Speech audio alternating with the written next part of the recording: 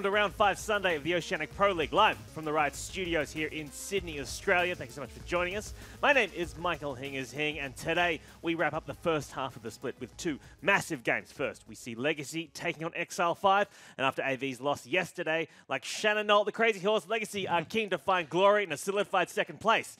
Then, later on this afternoon, Sin versus Direwolves will the rousing motivational tweets from Juves' mother, Deb, be enough for the boys to take down the Direwolves, whose mid-laner Fantix is nursing a broken arm like eating sushi from a highway service station. There are a lot of unknowns, all right? Joining me today to break down the games here at the analyst desk, we have our in-house OPL analyst, Nathan Mendrix-Mendez. Thanks so much for joining us. And our special guest today, support player for the Chiefs, fresh off their 2-0 victory over AV yesterday, Bryce Paul. I see you've brought a book and a pen. You're wearing glasses today, yes, like a I'm serious grown-up analyst. Yes, well prepared. Brought my glasses so I look like a better analyst, so people trust what I'm saying. You know? Exactly. Yeah, we can work on the content later, but get the look right first. Yeah, obviously. definitely. All right. Well, thank you both for being here. Let us bring up the schedule of your weekend's viewing. We're going to kick things off with Legacy versus Exile5, and that'll be the debut of Exile5's presumed new mid laner Mid-Beast, and then later on today, Sin will take on Direwolves, and we'll get to see just exactly what their rotating lineup will have in store. Now, obviously, Ejim with Fantix messed up his arm, his keyboard arm. Can you even play competitive LoL with a messed up arm like that, or is it a struggle? It's probably a struggle. I don't know. I've never had a messed up arm, but like I assume if he's not playing today, then obviously not. It'd be really hard. Like if you had worse reaction speed, I don't know. Like it probably hurt. Like it's probably best to get some rest and then come back stronger, I guess. I'll think of it as a training method. Really, it's basically you now play on hard mode. You need to be ready. You said, okay, my arm's messed up. This is good. Be fine.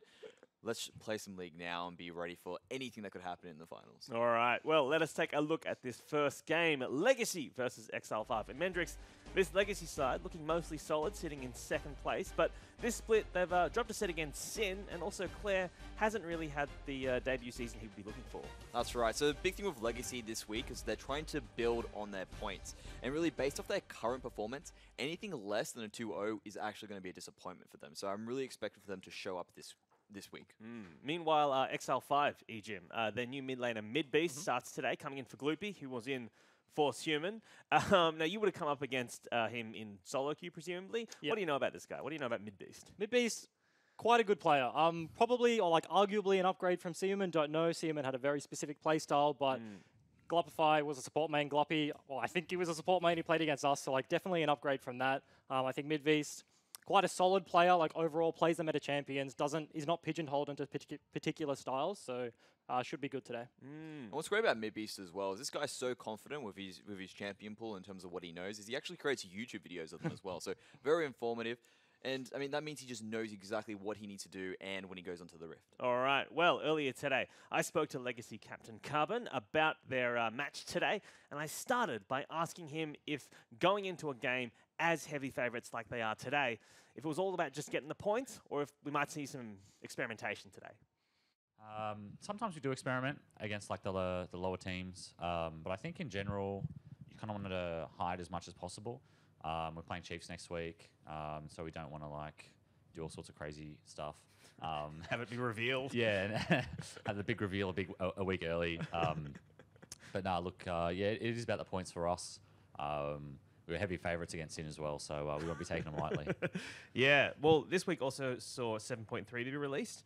We've seen a day of play in it yesterday in OPL. What are your thoughts on the changes to jungle, particularly the nerf to Rengar and Kha'Zix? Yeah, so I think the nerfs definitely kind of brought them closer in line with the rest of the jungle cast, but at the same time, I still think they're the strongest. So you'll probably still see them banned, first picked, or at least first rotation. I think definitely pushed Graves up a tier. Graves was kind of floating at the bottom, but because he's so good at using lethality, and because the top two got nerfed as well, I think definitely pushed him up as well, yeah. We see as well Exile5 are going to be starting Mid-Beast in the mid lane today. Have you come up against him before, and do you know kind of much about him? Yeah. So Mid-Beast been around the traps for a little while. I think he played last year, Split 1 maybe, but his team got relegated. So he's been in solo queue, for the last couple of years. Everybody knows him pretty well. It would be good for them to not be playing with a sub. I don't know if he's a long-term replacement or anything, but I know Gloop wasn't actually mid laner. So I think it's a step in the right direction for X5. Excellent. So you guys feeling confident, and will you accept anything less than a 2-0? Yeah, I think if we don't 2-0, we'd be pretty disappointed today. If we lose, I might retire. All right, well, best of luck, and thanks for speaking to us. No worries. Well, there we have it. Maybe the last interview that Tim Carbon-Wendell does professionally for League of Legends, depending on today's results. All right, let's take a look at the guys getting ready in our studios. Very confident, having a good laugh there. And as we bring up their lineup, you're going to be seeing Tally in the top lane. Their jungler is Carbon, who we just spoke to. Their mid laner, Claire. Their AD carry, Lost. And Cupcake is their support player. And Mendrix, when you look at these guys, they are looking pretty solid overall, but, you know, hasn't been perfect as a run for them. Absolutely, yeah. I agree with that. I mean, against Sin, they sort of didn't really have the best performance. They needed a bounce back. They definitely bounced back a week afterwards against the Direwolves. And really, it sort of comes down to looking at Claire right now. Claire, he's been doing pretty well when he's on his comfort picks. He seems to be in his element. We're talking about the Corki. We're talking about him on Jace.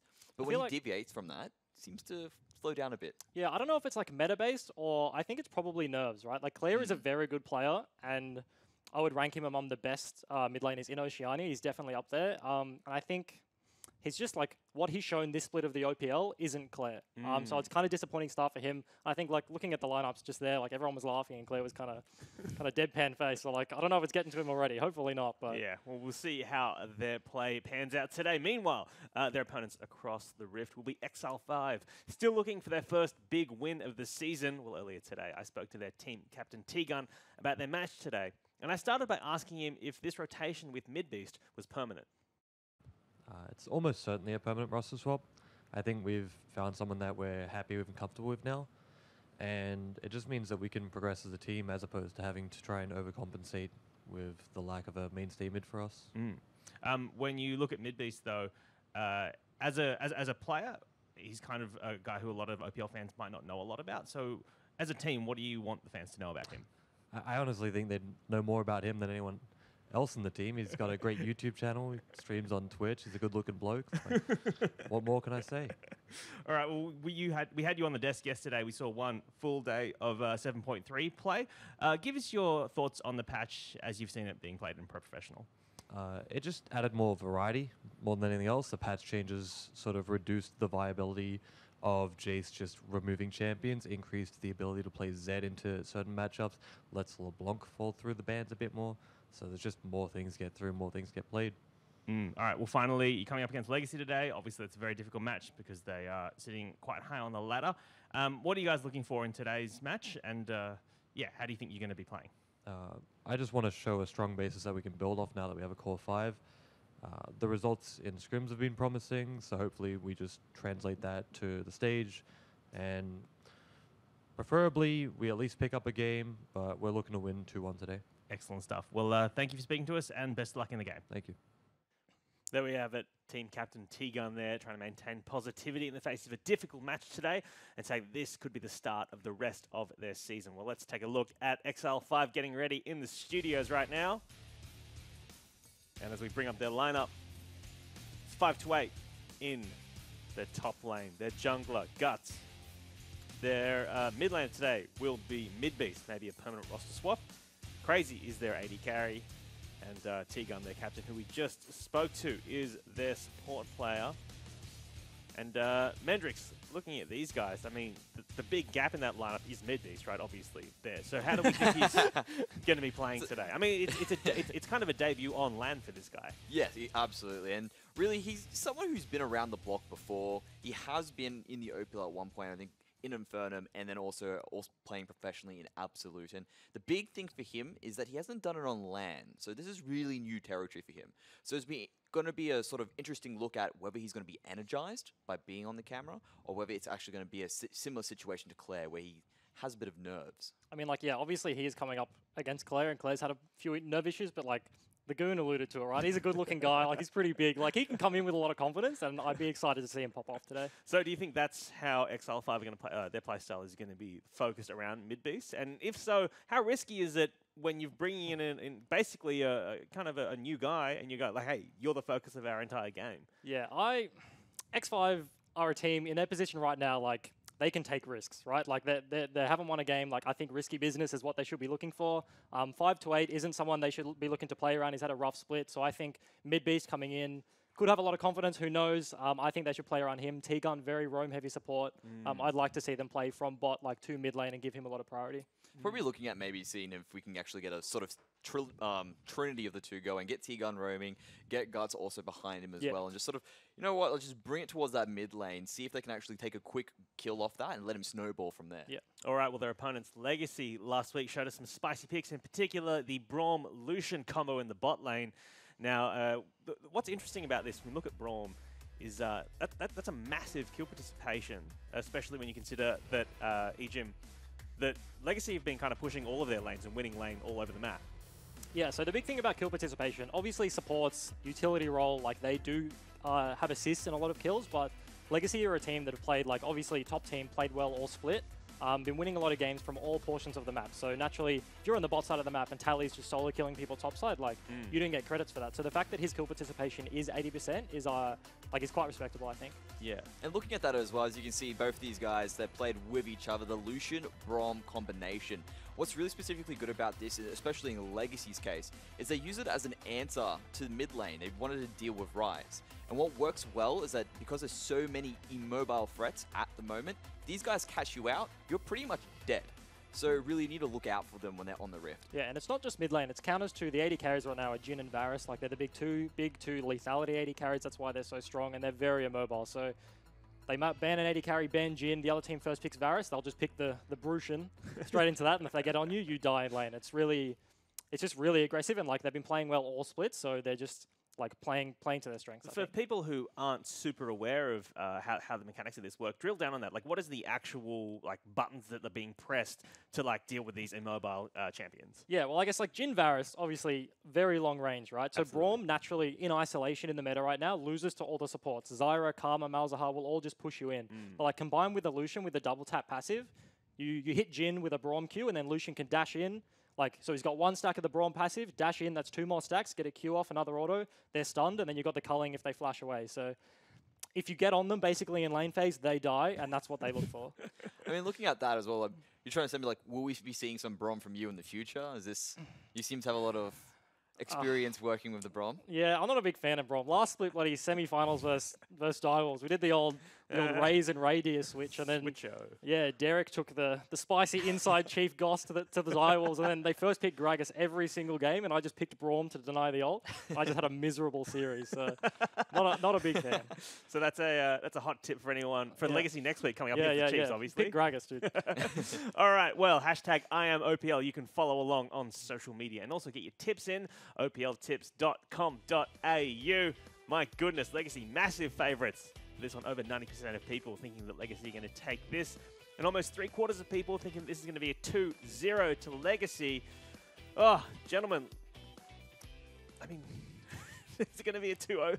Is it going to be a 2-0, do you reckon? I'm with the people on that. Yeah. At the moment, I'm looking, I'm like, yep, 2-0 to Legacy. Just they're performing so well at the moment. Exile5 have a really uphill battle against them.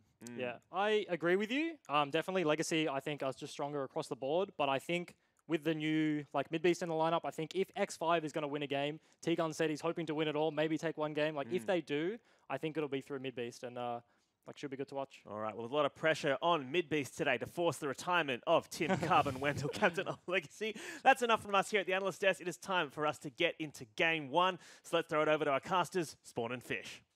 Thank you very much, Hingers. I'm Matthew Fish Stewart. Joining me is Jake Spawn Tiberi, and we're about to get into the first match of the second day of Week 5 of the OPL. And a new mid laner stepping up for Exile5, but it's the same old Legacy as always. Yeah, exactly right. And Legacy come into this one as heavy favourites, as iterated by the desk. However, if there ever is a time to catch them, it's when you change something. Teams don't adapt well to change on the fly. We saw that Legacy was already surprised by the drastic change in Sin's playstyle a couple of weeks ago. If Exile5 are able to replicate that, play a very aggressive style behind Mid-Beast, who does like to play things like the Azir, like the Ryze and get up in your face. It'll be interesting to see whether they can have similar success. Now you can see on your screens, Mid-Beast, the new mid laner for Exile5, actually bumped into Tegan before his games, and he's he's very happy going to this one. He said he's a little bit more confident because they got to scrim with this guy, got to practice with him a little bit more. And they're very happy then you pick up in the mid lane. And mid-beast is much more standard than what I would say either Gloopy or Schumann was. I mean, obviously both were playing a lot of Ari, a lot of pick champions. That just doesn't currently work in the meta. So, you know, if he's able to get onto a very good scaling mage, especially if Legacy go all carries, as they've wanted to do in the past, you know, playing things like the Rek'Sai and not Rek'Sai, Kha'Zix in the jungle, or Ivan playing things like the Gangplank in the top lane, you know, these picks, if a Ryze really gets rolling, if an Azir gets rolling, it's impossible to get onto them and really shut them down. Especially if this man on your screen just then is not going to be able to get his comfort pick. We saw Claire earlier in the mid lane. He's been performing well when he gets champions he is used to and comfortable playing, but not so much when some of these meta picks have been thrown towards him. So we'll have to see what he's going to be picking up today. For now, though, we see Malzahar, Zyra, as well as LeBlanc being banned away by Legacy. Ivan, Camille, and Jace taken away by Exile5. That does leave Rengar open and immediately picked up here for Carbon. Yeah, so Carbon going to look to play the aggressor. I would still say that, you know, along with Graves, in my opinion, Rengar is the strongest pick on Summoner's Rift at the moment. You're just able to farm very quickly at the start of the game, stay reasonably healthy. His ganks are good because of the empowered bowler. And then the ultimate is just such a good scouting tool and engaging tool later at the latter stages of the game. I expect him to not go full damage. I want to see like Red Smite Warrior into Black Cleaver into maybe something like a Dead Man's Plate. You can throw an Edge of Night in there for your defensive pick. However, full AD Rengar just does not work at the moment because you jump in and you trade 1-for-1 because we took away all that CC immunity on the W. Well, Exile5 do get two very powerful picks for themselves. Crazy will be picking up Varus in the bottom lane, and Guts will get his hands on Graves, the champion you said is very powerful in the current meta. Yeah, Graves just kind of farms. He's like the opposite of what AD carries, junglers normally do. His ganks are, he walks into lane and just bullies you out. He genuinely can just 1v1 anyone. He stays up in levels with the solo laners because of how quickly this guy farms. You stay ridiculously healthy. Unless you go up against like Gromp at level 1, in which case he just smacks you around a little bit. But honestly, he's probably, like, controversially, I think he's the strongest jungler on the patch. I think it's a little bit of a mistrick to trade Rengar for. Well, one person you don't really want to give Rengar to is going to be Guts. He had a good performance on Rengar in one of his matches. Legacy, though, have been able to get Jhin as well as Corki as their next two picks. So we will see the Jhin against Varus in the bottom lane, and mid-beast already shown the first champion he's going to play, which will be Syndra, as not quite sure what look Carbon was trying to give the camera there, but it was something. Yeah, it certainly was. I mean, I like the Corki into Syndra matchup as Corki because you go Hex Drinker and then you just don't die to the burst. You can also go Exhaust, and Corki is one of the champions that always has range for Exhaust because he just Valks on your head, chucks on the Gatling gun, exhausts you, and then blows you up with a big one and Phosphorus Bomb. So I think that is a good pick by Claire, and he's very comfortable on it. In saying that, I think he was saying that his KDA so far, and someone checked this, is like 3-13-10 in his first 3 games as Corki. So we keep saying it's a comfort pick for him, but he's not all that well performing on LAN. In scrims, he's a monster. I mean, in solo queue, he's an absolute beast. I keep going back to it. I'm a little bit surprised that he hasn't been able to step up so far. And I think that that's just a reflection on the fact that there's a lot of pressure on him at the moment. He's playing with a fantastic lineup. I mean, Lost, Tally, Carbon, Cupcake, they're all great players. And he's like the last missing piece. If he's able to step up, Legacy will be able to challenge the Chiefs. Well, let's see if Claire can complete the Trinity Force for Legacy. He was playing in the LGL for a while. He was very reputable when he was playing in the Challenger series for the LGL there. Let's see how he's going to do in this first split of the OPL. Up and down performances so far. The second wave of bans have gone through. 2 targeted towards 528. Kled and Nautilus being taken away. Karma, the ban from Exile5, as well as Shen towards the top lane. Yeah, that's really interesting. I mean, Maokai's still available, Poppy's still available, so the Nort ban is a little bit strange. Maybe a targeted attack towards the Goon as opposed to 528. I know he likes to play hook-heavy champions in the bottom lane. That's roam-heavy, however. Yeah, Tegan will be picking up Tahm Kench in the bottom lane. Still potential for 528 to flex it, but we have seen a lot of Tahm Kench support being played in competitive so far. And chatting to Spooks after their victory yesterday, I said, what is it with the Tahm Kench? What's with the globals at the moment? And he kind of said it's just easier to play macro with them. It shores up a lot of the weaknesses that you may otherwise have when it comes to actually playing the map. And I think that is a perfect pick for Exile5, because we've said that they're late to rotations, that they've been caught out a little bit. And what that means is it buys you that 2 seconds. You don't have to walk. All of a sudden, you just hop in the Toad's mouth. He takes you wherever you want to go, whether it's through land, sea, or river. And I think that is something, and he also is good into Bard, so I don't understand that pick. But it's something that maybe Exile5 can use to accelerate the pace. Yeah, but Legacy complete their roster. Maokai being picked up for the top lane. Tally be getting his hands on the big old tree. And Cupcake playing Bard in the bottom lane to go with Lost's Jin. Yeah, I mean, Bard's really good because he's able to harass with Q and get some meep slaps in. Oh, that's interesting. Ooh, 5-8, picking up the Gragas in the top lane. Yeah, so Gragas' last pick does well against Maokai. We've seen that he wins the harass battles with the Ws versus the Qs. The reason I like Tahm Kench so much at the moment is because if you're in a mobile 80 carry, what Ejin was talking about, you know, the ability to punish if you land one stun, they have to flash away from you, you can dash after them. Tahm Kench just makes up for all those weaknesses. He just chucks them in the mouth, runs them around the rift at top speed, delivery service, pops them back into the back line, then he goes back into the front line, starts licking people. So he's very good at saving these mobile carries. And it's Exile5, a very meta-heavy team comp with a little bit of spanners in the works, but Legacy sticking to what they're known for. Carbon's going to be picking up Rengar. That's a very scary jungler to give over to him. And I was having a chat to Tally. I said, have you got anything really, you know, spicy for us off meta? Are we going to see the 25 lethality Riven? Like, what's coming out today? And Carbon told me to bugger off and that he's only just convinced him in the last 4 weeks that he needs to be able to play tank. So you can see a very tank pick for Tally. See whether he changes it up at all, but that's not fun. Yeah, tank on tank up in the top lane, 5-8, no stranger to tanks either, so shouldn't really see too much happening there, but where are we really looking towards for this game? I mean, you have to look towards the mid lane because we've got complete unknown in mid Bs going up to underperforming Claire. I expect Guts and T-Gun to be in that lane a lot, so it's going to be really up to Cupcake, up to Carbon to be able to prop up Claire, and I want him to have a good performance because going into the Chiefs, you know that they're going to focus a lot on Swiffer. Yep. You need to be able to match that pressure. So all of a sudden, pressure on Claire to have a good week, go into that game with some momentum. I think his captain needs to get behind him. Well, hopefully he'll be able to do just that. Exile5 still searching for a single map victory in the OPL. 4 weeks so far, and they've lost 2-0 to every team they've come up against. But they've been going up against all the best teams in Oceania, Spawn, and Legacy is another one of those teams. Well, there's really no easy victories in the OPL anymore, as Abyss showed at Tainted Minds yesterday. I mean, the teams are starting to stabilize to the point that they're quite good. And, you know, this is just one of those games where X5 need to realize they can beat anyone, but it's going to be a tough battle. Hopefully they can show us just that. For now, as we get onto Summoner's Rift, let's check in with Hingers, who's standing by with Soul Strikes. Thanks, guys. I'm here with Soul Strikes. I want to start by asking you about something Jake touched on, Spawn touched on during that draft. You guys have picked up Rengar over Graves. Now, Spawn was like, no, Graves is stronger in this 7.3 patch. What are your thoughts? Yeah, I definitely agree with Jake's opinion about Graves being super strong, but Rengar is sort of like a anti-meta champ. Like, there's a lot of immobile mid laners and 80 carries, and there's a lot of lack of engage tools that's coming out from junglers recently. So Rengar's definitely a unique champ that offers some sort of initiation. Yeah, absolutely. And also, Bard is a pick we haven't seen a lot of in OPL. Was that something you did in response to a pick, or is that something just you guys planned coming into this?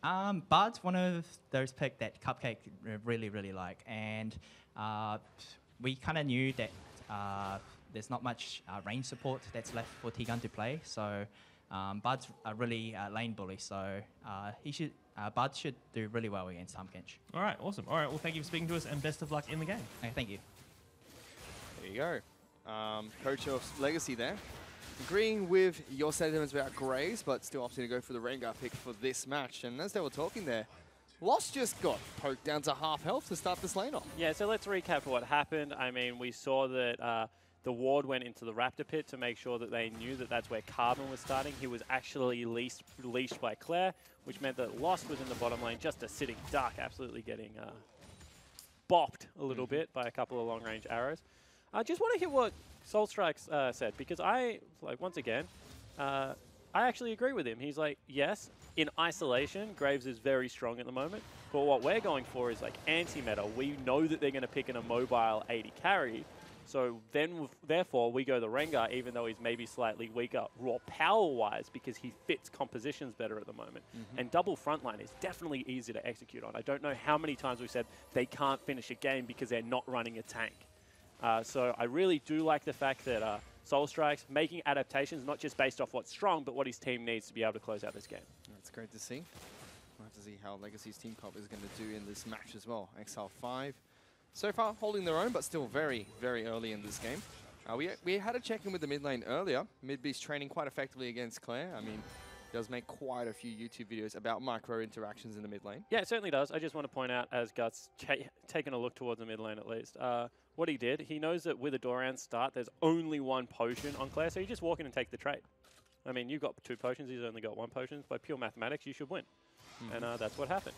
Well, we see Guts going for a gank in the bottom lane. Lost, already forced the flash and taking so much damage in return. Guts will be more than happy to take a few puck shots back, but that's flash burn. Yeah, exactly right. And this is what I was trying to say about Graves. He doesn't really gank as opposed to just wanders into your lane and then just shoots you a couple of times. And I mean, he has so much raw power at this stage. It's Carbon actually being caught out here, potentially not. Spots him out as Carbon decides, I'm going to jump at you. Net you down, but just take your Krugs afterwards. Yeah, I'm surprised 5-8 didn't actually body slam him there, because that would have meant that Carbon was tanking Krugs, which do a fair amount of damage. It's some decent damage, but that's what I was talking about. Palm Tench being able to save his 80 carry at lots of stages of the game. But so far, Exile5 off to a decent start here. Already burning flashes in the bottom lane. Carbon taking a very long time with these Krugs. And one thing I will say about X5, even though they've definitely been the lowest performing team, I think they've had the right idea more often than not. They're not scared of making a proactive play. Guts has got rolling. It's more been that they've just been brute overpowered and that they need to come up with some clever strategies.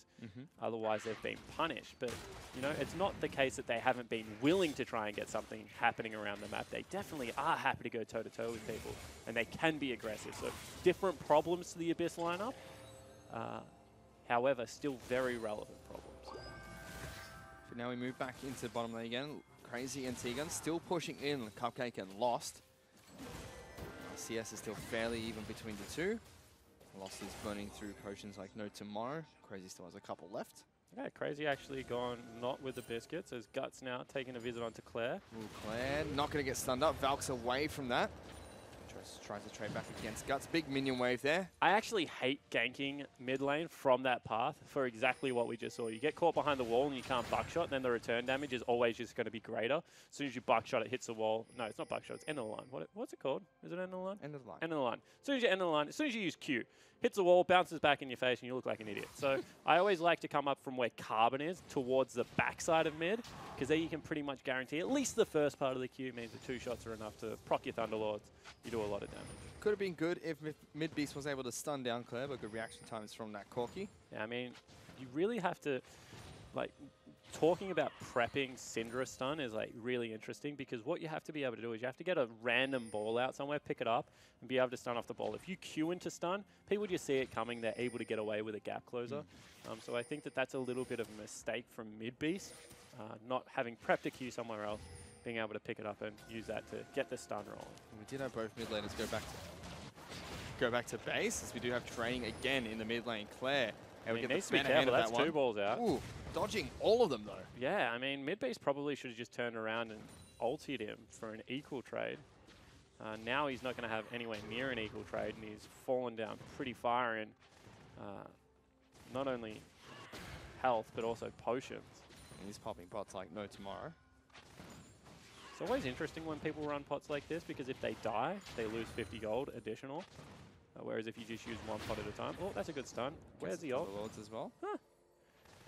Sometimes as Syndra, it's just about forcing people back, as opposed to like outright killing them. You can be such a lane bully. Keeping them low means that Guts can come in for a nice gank, or even just line them up with the ultimate. Right now, however, because they're healthier, they feel free that they can actually go into Guts' jungle and try and contest for this red. And they've got Tally going up as well, so Guts not going to be able to try and defend this one. In fact, getting jumped on by Carbon, dealing quite a bit of damage. Midbeast will try and follow through. Tries to stun up the Rengar, but instead just forces him back away. Might actually be able to defend the red buff from that. Yeah, we'll see if they do. They've sent Guts back, and they're pulling it around the corner, so it looks like it will be mission aborted.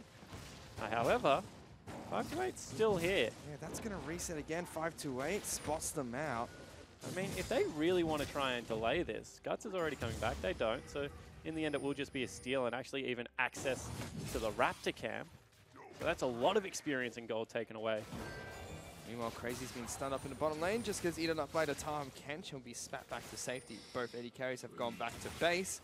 Seems like Crazy went for the tier, where Serrated Dirk was picked up by Lost. We see a lot more Varus's picking up the tier in their first back now instead of going for a lethality item first. Yeah, certainly have. I think it's because like a lot of beefy supports are coming back. I mean, Karma, we saw a lot of sustain coming out, so it's going to be a war of attrition in the bottom lane as opposed to just that Brand versus Zyra. Whoever gets hit first is just going to pop. So it makes a little bit of sense when you think about it that way. Also gets stacking for some nice scaling earlier in the game. Maybe I'm just wrong and it's 80 carry preference. I'm sure Agent will yell at me when he comes back on the deck. Another very quiet game, but Legacy have just built up a natural 1,000 gold lead over Exile5. I think a lot of that's through the jungle, actually. Carbon's done a very good job of challenging the right camps and keeping himself up. You can see small CS advantages everywhere else, but definitely not anything that would lead up to that gold lead, apart from maybe mid lane, which is now 20 CS. So decent start for Legacy. Nothing too fancy, but it is getting the job done in the early game. Give them a small advantage as they move towards the mid game. Midbeast's going to be able to pick up blue buff for himself. Cupcake and Claire just waiting to try and cut him off. Package has expired. They've caught out Cupcake though. Going to try and take the magical journey back to safety. Exile5 decide not to follow through. Yeah, actually gets an ultimate out and he's just going to be able to heal back off of some honey fruit. So that's a good trade for Cupcake to take. Now no longer available in the bottom lane to set up a gank. You can see that they're still trying to mess with Guts as well. Put a lot of pressure on the jungler of X5, and we've seen this actually be a successful strategy against X5. They know that Guts is going to have a lot of pressure to carry, so if you mess with him early especially, can really start to get inside his head. And that Gromp does a lot of damage on the first few auto attacks, so resetting it does hurt quite a bit. Did T-Gun just take that? I believe so. Nice T-Gun.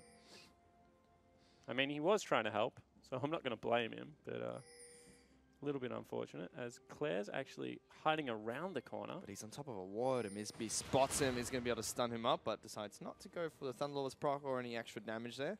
However, Claire hasn't had to go Hex Drinker. That's how comfortable he feels in the lane. Yeah. And I talked about this. Trinity Force into Sword Boots. Ooh, that's the ultimate coming out there. Going to take quite a bit of damage, but Rengar's close by. So is the big tree. Midbeast has been jumped on. Big ultimate coming out from the bud. That might just help Midbeast. So as T-Gun eats him up and keeps him alive. A little bit of a misplay coming out from Cupcake. Tally's going to take a bit of damage and is forced to back away. Legacy tried to get into the mid lane, but it just doesn't work out. Yeah, I mean, a little bit of a misplay. That's a huge misplay coming out of Cupcake. That saved Midbeast's life. We'll have some pressure underneath the turret now. However, Midbeast still from range feels comfortable being able to clean up the wave. That means the map's pretty much going to reset. And what was the first proactive play of the game, the first Rengar ultimate that you need to make count, went all awry. As another look at it, that's a flash in. And yeah, that would have been death. As Carbon left on him, actually gets him stunned up, gave T-Gun enough time to come in, heats him up, and then Tally takes a lot of return damage. Exile5 defend against that one quite nicely, but they're still bleeding out here against Legacy. They're about 1,500 gold behind. That lead is just slowly growing through these micro interactions that Legacy have that are going in their favor. Yeah, and you know, Crazy in some trouble, does manage to sidestep out, so that's good. Otherwise, pretty sure that the Lost Ultimate would have come out there and would have been in some deep trouble. Not drawing his Q when he gets hit by a couple of things, so like some AD carries we saw recently. Yeah, so if you take a look at the gold, like a lot of it, 600 is actually in the jungle as we're talking about. I mean, it's up to about a 1,400 gold lead now, 600 in the mid lane. So everywhere else is so even. I mean, 200 in the bottom, that's absolutely nothing. Top lane's only about 150, that's nothing. So really, Carbon and Claire are the ones dominating this early game. That's what we spoke about. They're the duo that we want to see perform because that's where we think that the Chiefs will try and punish them if they think Claire has any form of land jitters left. And I mean, Exile5 looking a lot more confident. 12 minutes into the game, but we expect Exile5 to kind of fall apart early on, and the fact that they're only losing due to these small mechanics in lane and through jungle rotations, it's not bad for them to kick things off. Certainly isn't, as we said. I mean, the Tahm Kench saves a lot of that poor macro. I mean, T-Gun was very late on the rotation. Carbon was down there, 5 to 8 was late, but all of a sudden TK Ultimate, I mean, just Portugal cross map, able to get an ace there and save it. So really do think that this is a good team comp put together from X5. They also have a couple of, oh my god, get the heck out of their buttons, like the Varus ultimate, like the Gragas ultimate. So I think that they'll take this early game. At least gives them a launching platform. They're not going to be too far behind when they have to start taking fights. And there's been a invade ward being placed down by Carbon, then immediately pinged out by Exile5. That's a great ward for Maokai to teleport to if they decide to go for it. And they There are. it is.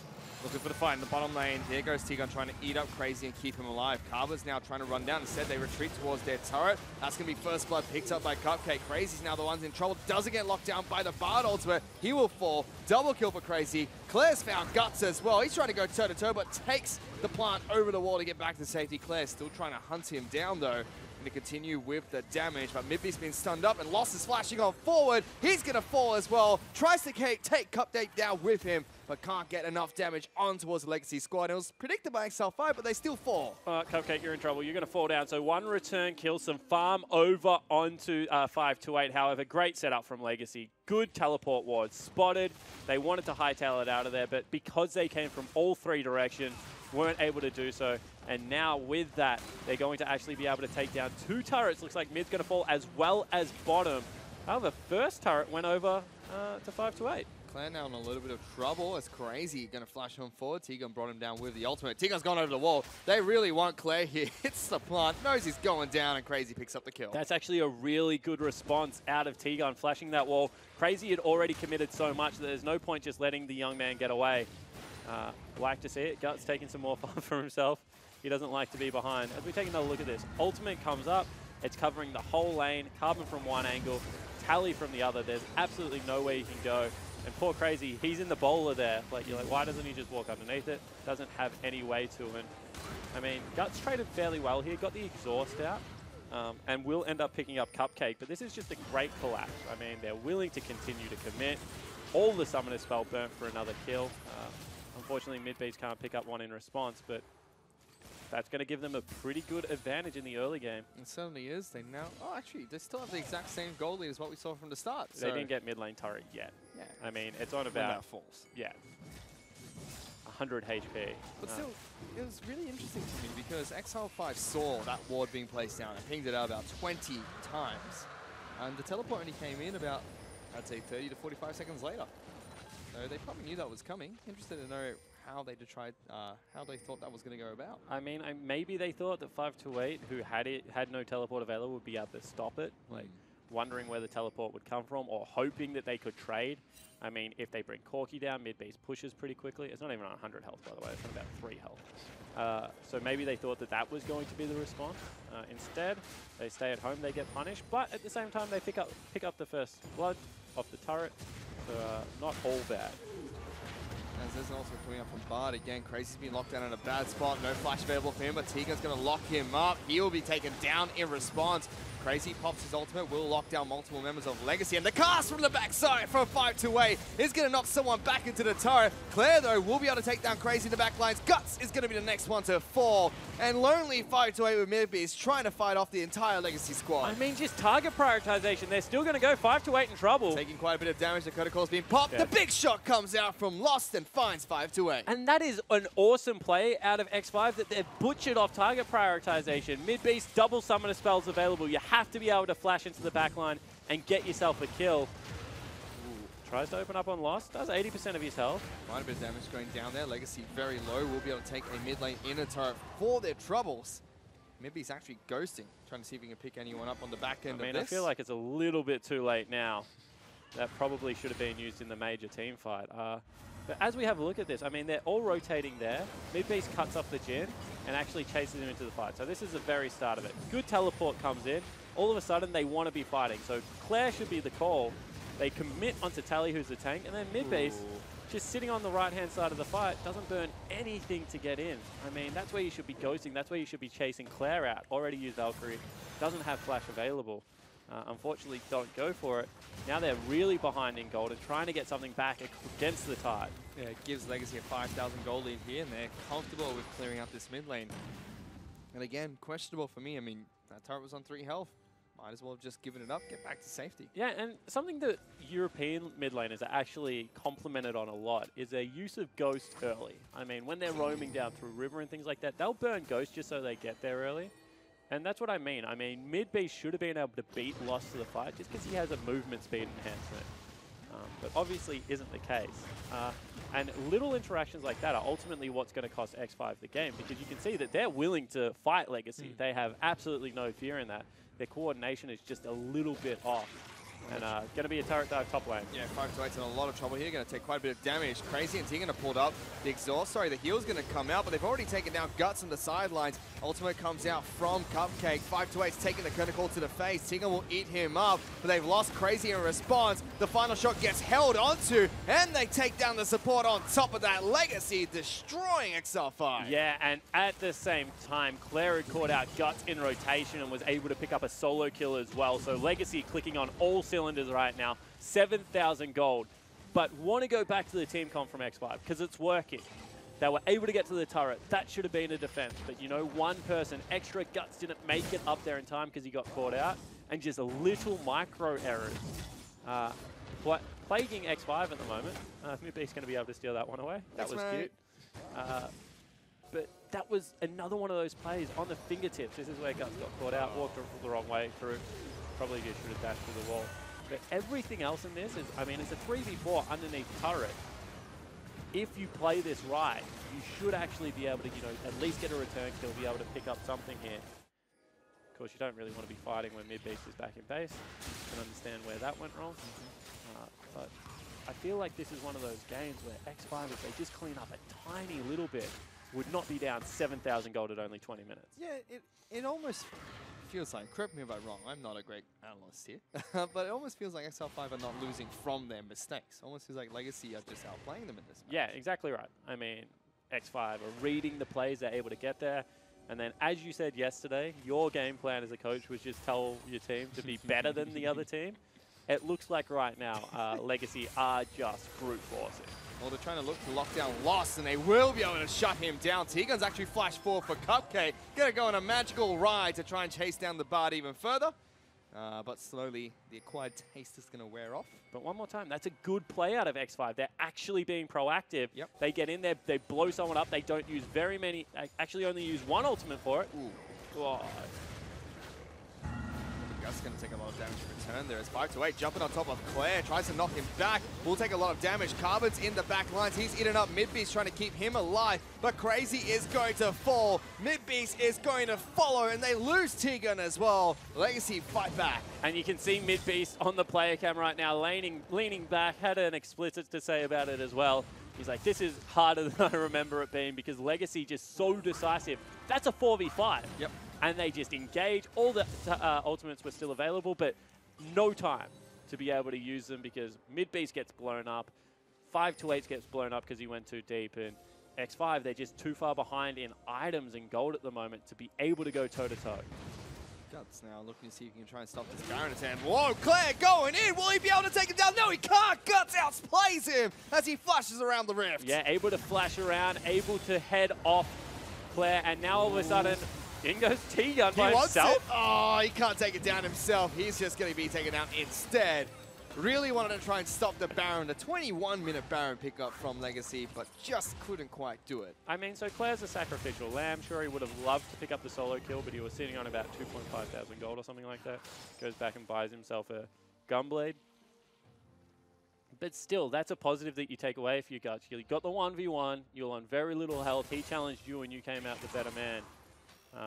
Always nice to be able to get something like that against the flow. It builds confidence for game 2.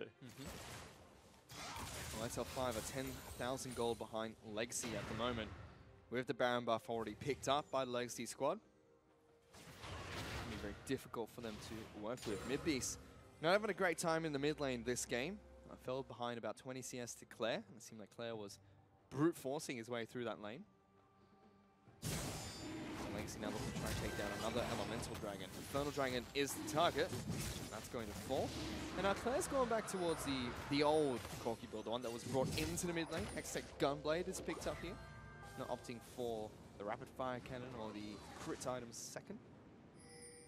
Yeah, it's strange, right? It's definitely better at 2 items, but as the game progresses, I'd say that the Trinity Force Rapid Fire Cannon Infinity Edge is definitely more powerful at 3. Gives you more of an AD carry feel. Right now, he's kind of like a burst mage. He belts on you. If he hits you with some spells, you die really quickly. Also gets a spare amount of health back from the damage. But Exile5, they're in a bit of trouble. Rengar looking to try and see if he can jump in. Good damage coming out from Lost here, holding on to that final shot. Throws it out right at the end there. Tegan's going to take the bulk of the damage. That bottom lane inner turret is just melting here. Exile5 really want to defend it. Damage, I mean, they can't do anything here. They're probably just going to have to give it up, to be honest, Fish, because mid base has been chunked out, and last time they fought like this, they lost. And that's the call from Exile5. Give up the turrets, allow everyone to go back to base. Legacy happy with that pickup and move towards other points of the map. And I mean, there is a lot of straight line wave clear. You know, you have the arrows coming out of Varus, mid base, of course, able to throw out Q-Zone as well as that stun. So there is like enough wave clear there. That's why Lost had to hold that shot, because he's trying to zone. Tally's up nice and deep in the front line. He's making sure his presence is felt. Therefore, you have to back away. You can't get close enough to use those spells. So that's beautifully executed from Legacy. They definitely look like they've gone back after their loss against Sin and really reevaluated how they want to be playing this game. And they look good. Well, they might go for a fight here. Double stun coming out from Cupcake over the wall. Locks down two. Tegan's the second one to fall right after Guts. And Legacy have found two important picks. Yeah, great brush camp. They know that they have to head towards top lane after clearing out mid. X5, in a little bit of inexperience, don't decide to go through their base. They decide to try and go through the jungle, re-establish some vision control. No shops had come out yet. Legacy is sitting on a lot of gold, but because they're just that far ahead, they're able to catch out multiple members and blow them up. Now Legacy trying to push towards the top side of the map. 24 minutes into this game, they've broken all the structures outside of Exile5's base. Baron Buff still available for them for one or two more waves. Yeah, and he's popped the ultimate.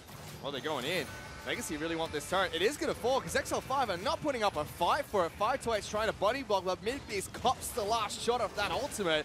The turret is going to fall. Carver jumps in, puts Guts down to below half health. Tiga's been jumped into the front lines. Exile5 slowly trying to retreat away from their own inhibitor, and Legacy will break the base. And look at what happens when you have a strong tank line. Tally all the time is just up front and center. Carbon's able to zone even though he's not all that tanky. He's just got so many levels.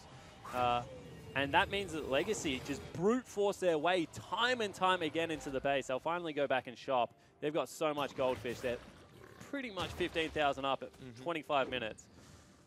Resounding victory. And we're going to see a Haunting Guys coming out. Rusty would be happy with that purchase from Claire. A little bit of the AP Corky being picked up. Oh, you see Lost going towards his rapid fire cannon after a couple of lethality items.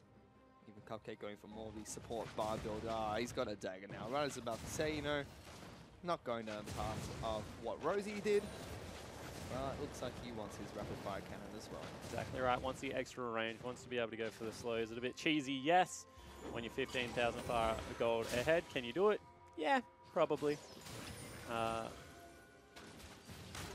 However, like the takeaways from this game for Legacy should be, look at what we can do when we have a solid front line and Tally's on a tank. And Claire finally had a good laning phase, and Carbon was able to dominate Guts. Ooh, Midbeast. He's going to get locked down here by Carbon. He can eat some of it. Tries to jump away, but Cupcake snipes him with the Q. Now Carbon's just going to follow on through. T-Gun's the next target. Instead, he goes for Guts, takes him down. 5-8 trying to run away, but it's not going to be enough as Tally pops him as the tree. And now Legacy making a beeline towards the base. Yeah, they certainly are. Claire wants it. Not going to be able to get in range for Crazy. Actually, flashes. Flashes forward. Crazy's on the fountain turret, but the ace comes out from Claire. Gets into the back lines. We'll be able to take down Crazy, and that'll be game for Legacy. Certainly will be. 26 minutes in. Legacy on the clock. Able to dominate Exile5 in game one and pick it up very cleanly. Very, very clean victory. Very swift and decisive.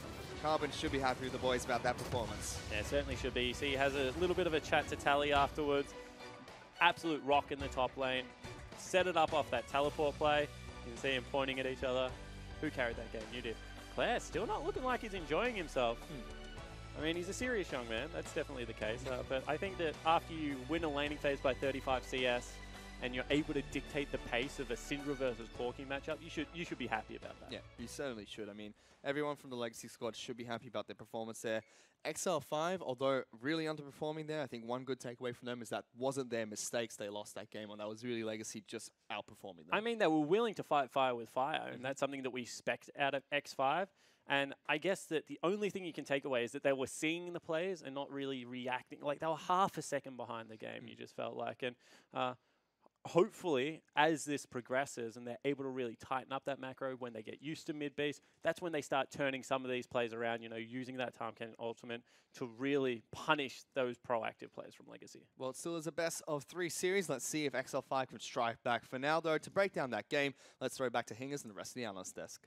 Thank you very much, guys. Well, that was the first quick game. Legacy up 1-0 over Exile5. And Ejim, when you look at that game, I mean, there's a lot of positives to take away for Legacy. For Legacy, yeah, they just picked very aggressive things. They had go buttons and they just pulled the trigger on plays. I think like there was only one point in the game early where I would have looked at them and been like, okay, they messed this up, which was like the first timing of the Corki package with the dive bot. I don't think they did that early enough, but very, very strong performance from them. Yeah, it seems to be just like early game was their initial sort of misstep, especially when they did throw out that Bard ultimate, which didn't really land the mark and ended up saving mid-beast. But apart from that, their execution was still confident. It didn't they weren't shaken by it, basically. And they continue to be confident, always pushing the go button every single time. Absolutely. Let's take a look at this draft, shall we? Because there's a lot of stuff going on there. In particular, the Kled ban is obviously very, very targeted, very specific and targeted.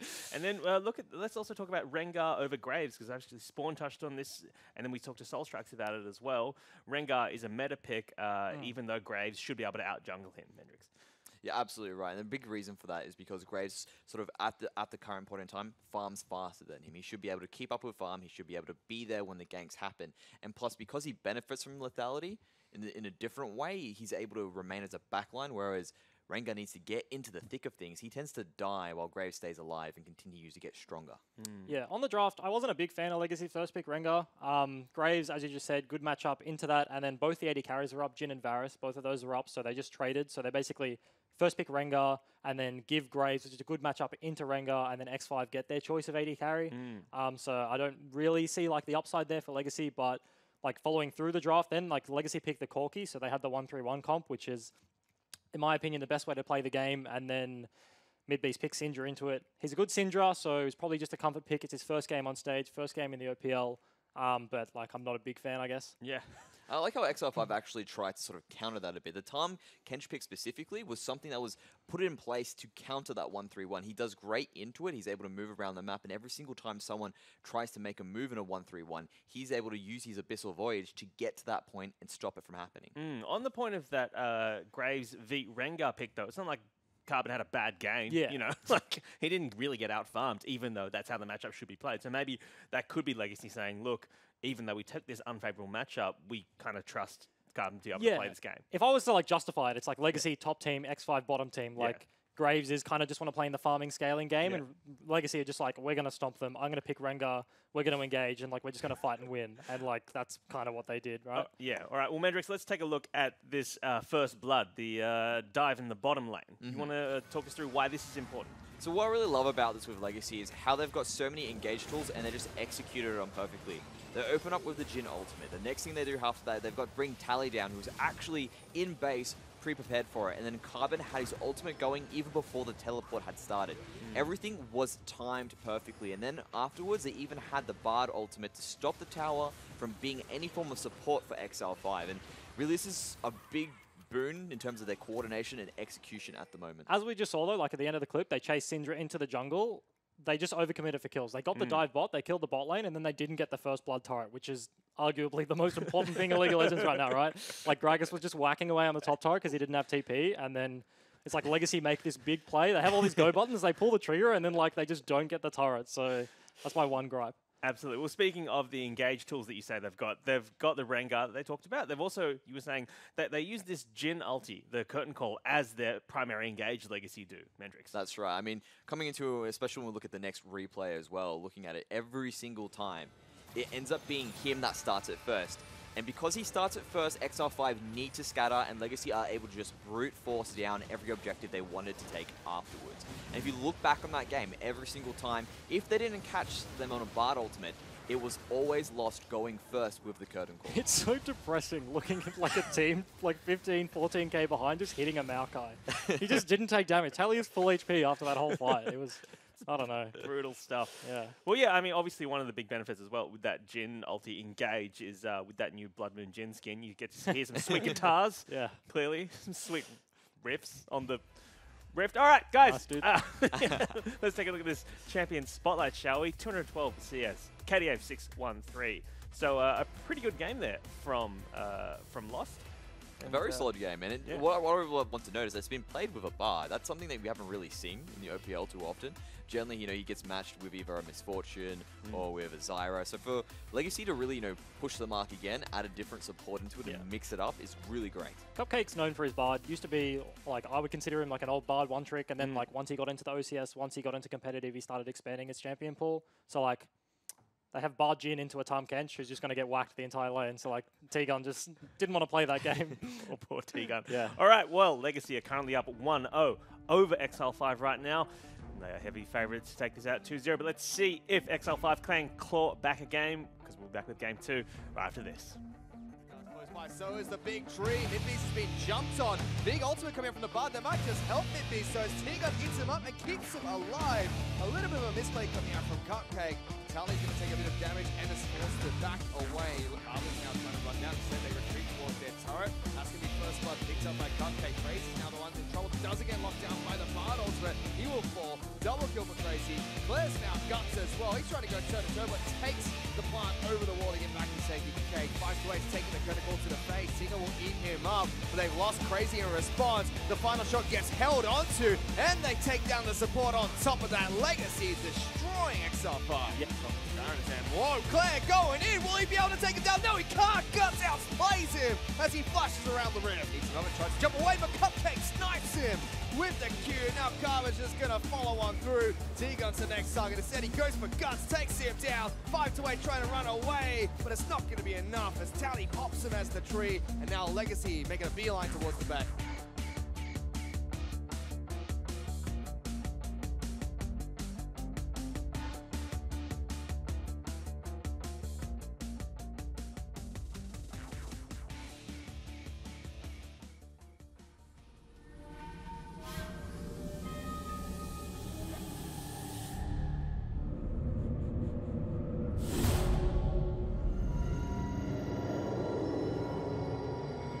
Chosen of the moon.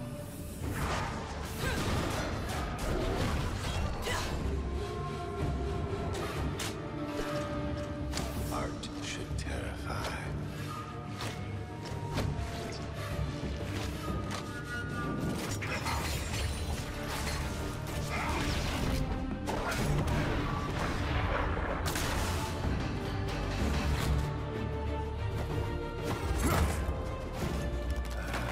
They won't survive.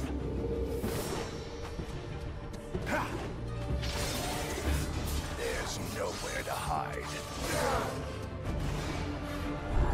Blood red.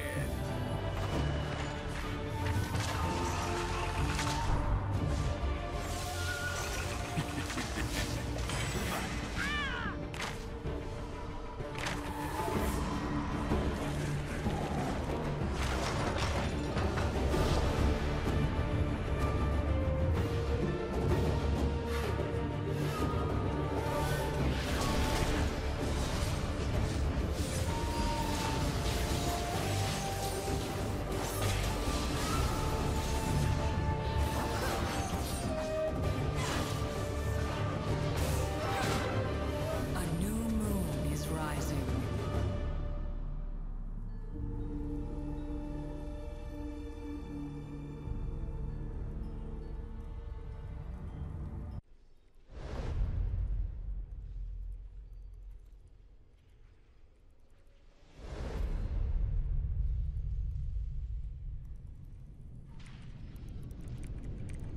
지금 우리 팀이 수치상 많이 불리하긴 하지만 게임은 어떻게 될지 모르는 거고